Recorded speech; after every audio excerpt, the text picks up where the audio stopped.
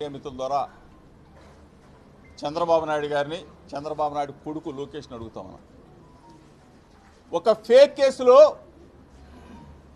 83 రోజులు నన్ను నా తమ్ముడిని అకారణంగా అన్యాయంగా ఒక ఫేక్ కేసులో అరెస్టు చేసి హింసించి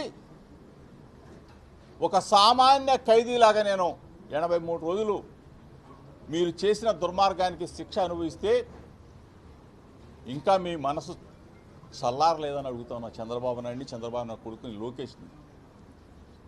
మిమ్మల్ని ప్రాధేయపడి వేడుకున్నా, నేను ఎక్కడికైనా వస్తాను, అవసరం అనుకుంటే మీ దగ్గరకైనా వస్తాను, జోగి రమేష్ తప్పు చేస్తే ఏ శిక్షకైనా నేను సిద్ధంగా ఉన్నానని చెప్పేసి పదే పదే అడిగితే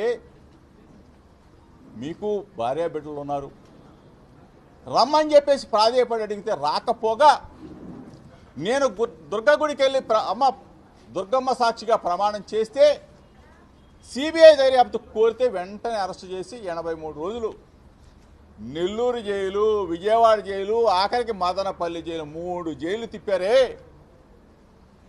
ఇంకా మీకు రాక్షసానందం తీరలేదా చంద్రబాబు నాయుడు గారు, లోకేష్ అని అడుగుతామని.